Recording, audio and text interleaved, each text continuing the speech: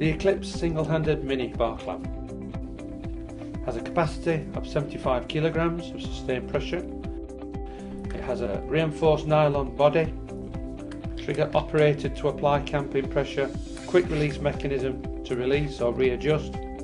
Comes with protective pads to preserve the workpiece, and this tool can act as a spreader. To become a spreader, depress the locating plate, reposition on the locating peg, and there it is as a spreader.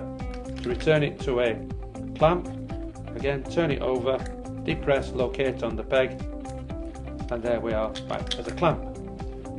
Comes in sizes 6-inch and 12-inch. So with the other end of the workpiece secure, position the clamps and clamp in place.